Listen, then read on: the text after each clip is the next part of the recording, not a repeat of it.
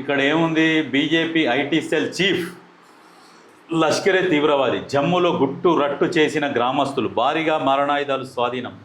జమ్మూ కాశ్మీర్లో most wanted Lashkar-e తోయిబాకు చెందిన ఉగ్రవాది, భారతీయ జనతా పార్టీ జమ్మూ విభాగంలో ఐటీ సెల్ చీఫ్గాను, మైనార్టీ మోర్చా సోషల్ మీడియా ఇన్ఛార్జ్గాను కొనసాగుతున్నట్లు తేలడంతో అంతా నిర్గాంతపోయారు. జమ్మూలో కొందరు గ్రామస్తులు అతడిని పట్టుకున్న తర్వాత అసలు విషయం బయటపడింది. గత చరిత్ర తెలుసుకోకుండా పార్టీ సభ్యత్వం ఇవ్వడం వల్లే ఇలా జరిగిందని బీజేపీ అగ్రనేతలు తలపట్టుకుంటున్నారు. కాగా దీనికి సంబంధించిన వివరాలు ఇలా ఉన్నాయి. జమ్మూలోని రియాసీ ప్రాంతంలో అనుమానాస్పదంగా తిరుగుతున్న అలీబ్ హుస్సేన్ షాతో పాటు మరొకరిని ఆదివారం ఉదయం గ్రామస్తులు పట్టుకున్నారు. వారి నుంచి 2 AK-47 తుపాకులు, గ్రానైడ్లు, మందుగుండు, మరికొన్ని మారణాయుధాలు స్వాధీనం చేసుకున్నారు. తర్వాత వారిని పోలీసులకు అప్పగించారు. కాగా మే 9వ తేదీన బీజేపీ అతడిని జమ్మూలో party IT cell social media విభాగం ఇన్ఛార్జిగా నియమించింది. అత్యంత ధైర్య సాహసాలతో ఉగ్రవాదులను అదుపులోకి తీసుకున్న గ్రామస్తులను లెఫ్టినెంట్ గవర్నర్ డీజీపీ ₹2 లక్షల నగదు బహుమతి ప్రకటించారు. ఇప్పుడు బీజేపీలో ఎట్లా ఉంటుందంటే, ఉగ్రవాదులు అంటారు, ఎంఐఎం తిడతారంటారు, ముస్లింలను తిడతాంటారు. మళ్ళీ బీజేపీలో మైనార్టీ మోర్చా అనేది ఎందుకు? మరి అది తీసేయాలి. మైనార్టీ మోర్చా అనేది తీసేయాలి అసలు. మరి మీకు పడనప్పుడు మైనార్టీ మోర్చా అని పెట్టుడేందుకు? మళ్ళీ వాళ్ళని విమర్శించడం ఎందుకు? విమర్శించే ఉద్దేశం ఉన్నప్పుడు మైనార్టీ మోర్చా అనేది తీసేయాలి. ఇప్పుడు వీళ్ళు పోయి ఈ రకంగా ఇప్పుడు వాళ్ళు ఉగ్రవాదులకు సహకరించి ఇప్పుడు లష్కర్ తీవ్రవాదుల్లో తయారైపోయారు వాళ్ళు. బీజేపీ పార్టీ ఏంటంటే మేము బీజేపీ పార్టీ మైనార్టీ మోర్చా అని అంటారు. మరి అట్లాంటప్పుడు మైనార్టీ మోర్చా తీసేయి. మైనార్టీ మోర్చా ఉంచాలనుకుంటే ఇండియన్లో ఉన్న ముస్లింలను కూడా అదే రీతిలో గౌరవించుర్రి. మీరు ఇండియన్ ముస్లిమ్స్, మీరు ఏం కొట్టుకున్నా, హిందూ ముస్లిం కొట్టుకున్నా మీరు ఇండియన్నే కొట్టుకోర్రి. బయటోడు వచ్చినప్పుడు అందరు కలిసి వాళ్ళ మీద దాడి చేయాలి.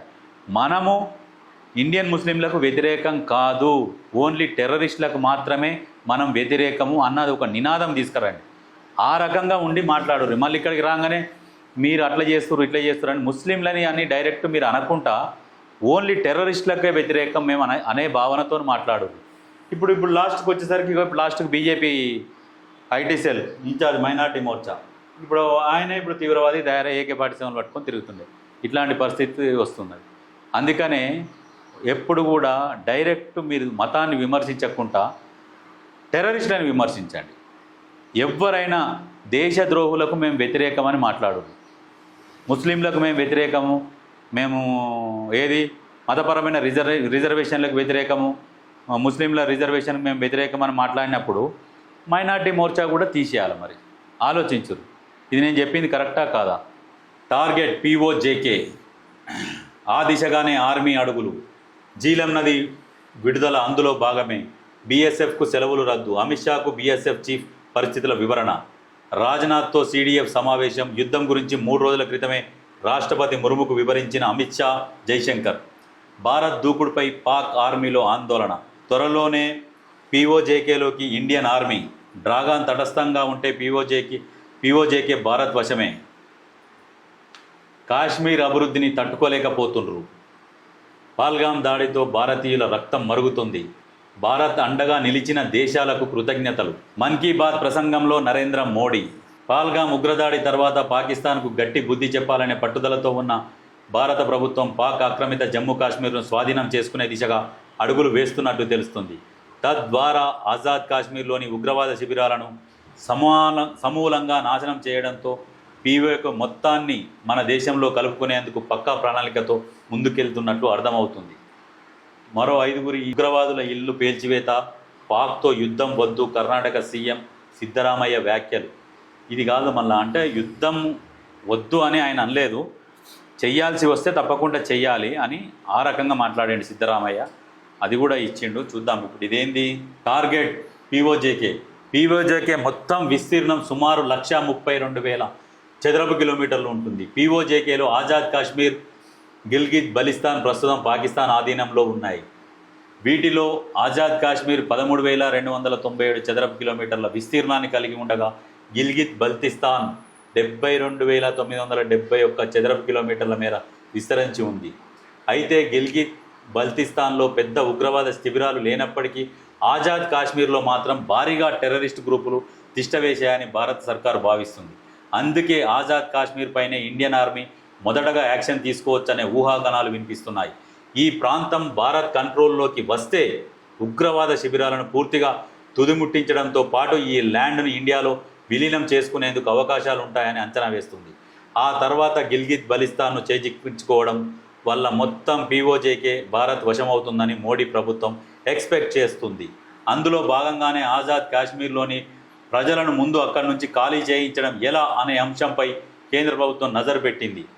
ఈ నేపథ్యంలోనే శనివారం రాత్రిపూట భారీ ఎత్తున జీలం వాటర్ను ఆజాద్ కాశ్మీర్లోకి వదిలేసినట్లు అర్థమవుతుంది. జీలం నీటి విడుదలతో ఆజాద్ కాశ్మీర్లోని ప్రజలు ఒక్కసారిగా భయభ్రాంతులకు గురయ్యారు.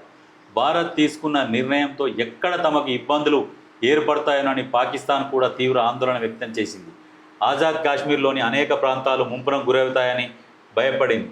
భారత్ కూడా అధిక జీలం నది ప్రవాహం వల్ల ఆజాద్ కాశ్మీర్లోని ప్రజలు అక్కడి నుంచి తట్టాపుట్టా చదువుకొని వెళ్ళిపోతారని అంచనా వేస్తుంది. అదే జరిగితే భారత ఆర్మీ ఆజాద్లో కాశ్మీర్లోనికి ప్రవేశించడానికి సులభమవుతుందని భావిస్తుంది. అయితే భారత్ అనుసరిస్తున్న ఈ తీరుపై పాక్ తీవ్ర అభ్యంతరం వ్యక్తం చేస్తుంది. అయినప్పటికీ పాక్కు బుద్ధి చెప్పేందుకు భారత్ సర్కార్ ఇలాంటి ప్రణాళికలతో ముందుకు పోతుండడం గమనార్థం. అందులో భాగంగానే పహల్గామ్ టెర్రర్ అటాక్ త్వరగా ఆజాద్ కాశ్మీర్ని స్వాధీనం చేసుకొని భారత్ ఆధీనంలోనికి కాశ్మీర్లోని పరిస్థితులపై ఎప్పటికప్పుడు ఉన్నతాధికారులతో రక్షణ మంత్రి రాజ్నాథ్ సింగ్, కేంద్ర హోంమంత్రి అమిత్ షా సమావేశం అవుతున్నారు. అయితే ఖచ్చితంగా ఉన్న సమాచారం ఏంటంటే పాక్ ఆక్రమిత కాశ్మీర్ను కూడా స్వాధీనం చేసుకునే దిశగా భారత్ అడుగులు వేస్తుంది. ఆల్రెడీ రాష్ట్రపతి గారికి కూడా సమాచారం ఇచ్చినట్లు మనకు ఒక సమాచారం ఉన్నది. ఖచ్చితంగా వాళ్ళ మీద దాడి చేయాల్సిందే చేసి పాక్ ఆక్రమిత కాశ్మీర్ని స్వాధీనం చేసుకోవాలి. అక్కడ ప్రజలు కూడా భారత్తో కలిసి ఉండడానికే ఇష్టపడుతున్నారు. చాలా వరకు కూడా పాకిస్తాన్లో ప్రజలు కూడా తిరుగుబాటు చేస్తున్నారు. ఎందుకు మీరు ఈ లేనిపోని కయ్యం పెట్టుకుంటున్నారు అని చెప్పేసి కొన్ని వాళ్ళు ఇప్పుడు ఏది మన సింధు జలాలు ఆపినందుకు మీమ్స్ కూడా తయారు చేసి చేసుకుంటున్నారట. వాళ్ళు బాత్రూంలో స్నానం చేస్తుంటే నీళ్ళు వస్తలేవని చెప్పేసి నీళ్ళు వదులురి మాకు నీళ్ళు వస్తలేవు అన్నట్టుగా ఇట్లా మీమ్స్ వాళ్ళ ప్రభుత్వానికి వ్యతిరేకంగా అక్కడ ప్రజలే మీమ్స్ తయారు చేస్తున్నారు. అంటే పాకిస్తాన్ ఎంత దీన స్థితిలోకి పోయింది. ఏమన్నంటే మా దగ్గర అణుబాంబులు ఉన్నాయి అని మేము దాన్ని ఇక మేము ముందు ఎవరు వేస్తారన్న దాని మీద ఆలోచన చేయకుండా మేము అట్లాంటి దానికి మేము ఒప్పందాలలో లేము, మేము డైరెక్ట్ దాడి చేస్తే అణుబాంబులతోనే దాడి చేయొచ్చు అన్నట్టుగా మాట్లాడుతారు. ఎట్లా అంటే ఇప్పుడు ఉత్తర కొరియా ఉన్నాడుగా కిమ్ జాన్ హుల్, నువ్వు అంటే మా దగ్గర అణుబాంబులు ఉన్నాయి, న్యూక్లియర్ బాంబులు ఉన్నాయి, ఏ చేస్తాం వీడికెళ్ళి డైరెక్ట్ అమెరికా మీదకి కూడా పోతుంది అన్నట్టుగా మాట్లాడుతుండ్రు కదా.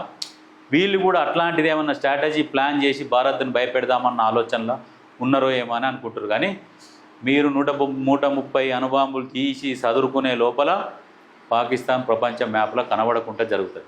ఎందుకంటే అష్టదిగ్బంధనం మొత్తం ఎక్కడి నుంచి అయినా చుట్టూ అష్టదిగ్బంధనం చేస్తున్నారు. పాకిస్తాన్ చేసినాక అప్పుడు స్టార్ట్ చేస్తారు. కొడితే 2 రోజులలో యుద్ధం సమాప్తం, పీఓకే స్వాధీనమవుతుంది. ఇది ఖచ్చితంగా చెయ్యాలి. ఎందుకంటే ఇన్ని రోజులు బీజేపీ కూడా మేము రక్షణకి ఇంత ఖర్చు పెడుతున్నాం, దానికి ఇంత ఖర్చు పెడుతున్నాం, ఇవి కొనుక్కొచ్చినాం, అవి కొనుక్కొచ్చినాం, అన్నీ కొనుక్కొచ్చారు. మరి వాడాలి కదా, ఇక వాడితే అయిపోతుంది. ఒకసారి వాడి ఇప్పుడు అక్కడ ప్రజలకు కూడా విముక్తి కల్పించి, కాశ్మీర్ ప్రజలకు కూడా విముక్తి కల్పించి అక్కడ స్వేచ్ఛ వాతావరణం నెలకొల్పేలాగా చూడాలి. ఎందుకంటే చాలా మంచి ప్లేస్ స్విట్జర్లాండ్, మినీ స్విట్జర్లాండ్ అంటారు మొన్న జరిగిందని. అట్లాంటి ప్లేసులని ఇంకా టూరిజం పెరుగుతుంది, ఆదాయం పెరుగుతుంది. భారత్ కూడా మంచి ఇక ప్రపంచ దేశాల నుంచి చాలామంది టూరిస్టులు వస్తుంటారు, పోతుంటారు. భారతదేశానికి గుర్తింపులు వస్తాయి. టెర్రరిస్టులు ఉన్నారు, ఈ రకంగా ఇక్కడ చంపుతున్నారు అంటే భారతదేశానికి టూరిస్టులు రావాలంటే భయపడే పరిస్థితి వచ్చింది. ఆ భయపడే పరిస్థితిని తీసేసి ఆ టెర్రరిజం అనేది లేకుండా చేయాలి. ఇజ్రాయిల్ కూడా సహకరిస్తుందంట, అమెరికా కూడా సహకరిస్తామని చెప్పి ఇంకా పెద్ద దేశాలు వాళ్ళే సహకరిస్తారు, రష్యా కూడా సహకరిస్తుంది. వీళ్ళందరూ సహకరించినప్పుడు ఇంకేముంది చేయడానికి? వాళ్ళే ఇస్తారు సరిపోను మందుగుండు సామాగ్రి, ఎట్లా కొట్టాలి ఏం చేయాలని ఇజ్రాయెల్ టెక్నాలజీ చెప్తుంది.